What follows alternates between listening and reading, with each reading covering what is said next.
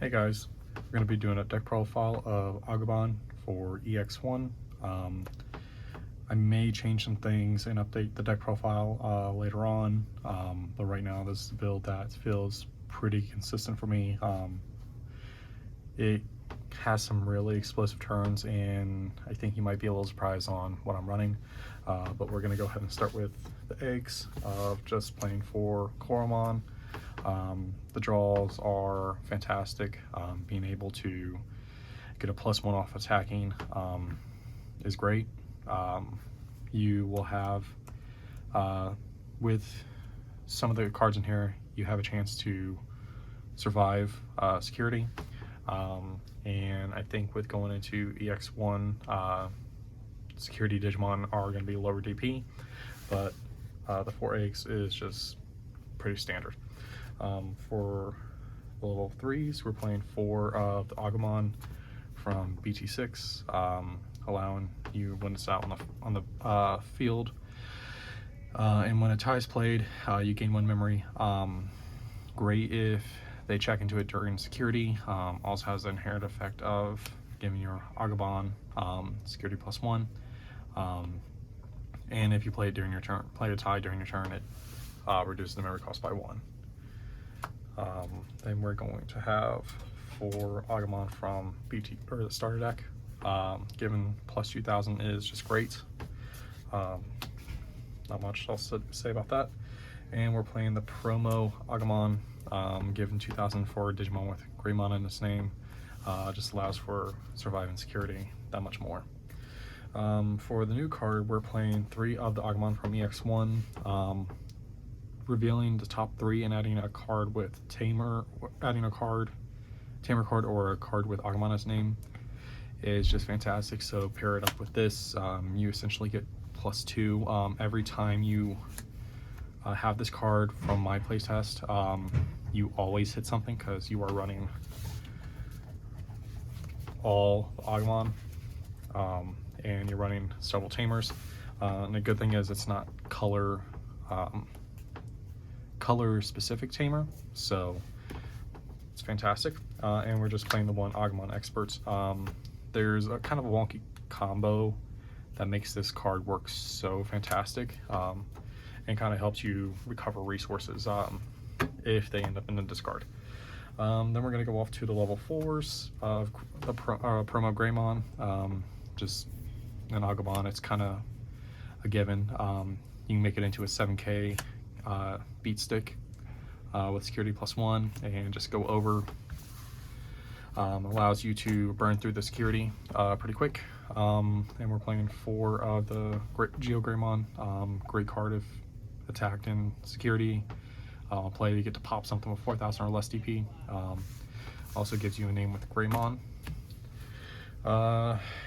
And we're playing 3 AguBond, just kind of help close out games, and gives you a level 4 to go into, kind of help with going into this nice little card, Skull Greymon. It has security attack +1. At the end of attack, it deletes itself, and on deletion you get to play an AguBond from your trash without playing memory cost. So the funky play of playing that, you can get this AguBond Expert back, and you can pull out anything with AguBond in its name. Allows you to kind of pull back some of the cards that you wish you had in your hand, and might set you up later for game next turn. So I like the card. I just wish it wasn't a 3 cost, and I wish it would be considered a red card, but this is the only non-red card we're playing in the deck. And to finish off the Digimon, we're playing 3 of the Bond of Braveries. When attacking, if you have a Tamer playing, you can pop a Digimon with 3000 less DP, and you can burn the top card of the security stack. This is essentially your finisher. It is best played when your opponent has only 1 security left, and you can pop something and go for game. Essentially, if they have a blocker, you can just pop that, burn the top card, and that gives you game. This is just for how I play, just for the end game. You have everything to kind of get you to the end game. For the option cards, we are playing 4 Atomic Blasters. Nothing's changed from with that. You can just pop things up to 8,000 DP, and it's a low memory cost to play. Security activates the effect. Fantastic card. I would play Red Reamer, but being able to pop multiple things is just so much better. Then we play 3 Gaia Force just to get rid of pesky cards that are problems. Everyone knows what it does. We're playing 2 red memory boost. Being able to look at the top 4 and grab a card, this helps with kind of fixing some possibly bricky hands. Not that I can say I've had bricky hands, but it is a fixer, and also gives you 2 more memory the next turn. Also, if it's checked in security, it places in your battle area, so you get 2 memory for free next turn. For the Tamers, we're playing, of course, the 4 Tai Kamiya. When you move a Greymon or Digimon with Agumon as name from the breeding area to your battle, you draw 1, gain 1, great card, and you can go into your Agumon as long as you have it in the play, going over your Agumon into an Agumon Bond of Bravery, and it plays for free, allowing the AguBond, or the Agumon that you want on the field, to possibly gain you a memory when it plays for free, and also kind of allows you to play low-cost Tamers, providing you have 1 or 2 on. Then we're playing 2 of the Marcus Damon, just allowing for Greymon to help extend some plays. And it's your memory fixer. I'm only playing 2 of them because 3 kind of feels clunky, and I think 2 would be perfect with how much drawing you do and how much searching you do off the top 3. And for the last 2, we're playing Analog Youth. It allows you to search for the top 3 of your cards. It's essentially like red memory boost, but not. It allows you to grab any Digimon, and when you do kind of a funny play of your Skull Greymon, which I'm mainly using this for searching out to kind of get the key pieces I need. When you go into the Skull Greymon and you attack and it deletes itself, you can gain a memory, then you can hatch something, providing you still have 0. It allows you to kind of extend your turn and also kind of memory choke them when you go into a Greymon. If you go over to Agumon, it allows for some unique plays. It doesn't come up too often, but it's come up enough to where I like it. I want to keep it, but I may change it depending on how the format goes in EX. Right now it feels nice. The old adage of deck thinning is deck winning kind of fits perfect with this, because you are going to be going through so much of your deck to get to things. So if you have an Analog Youth,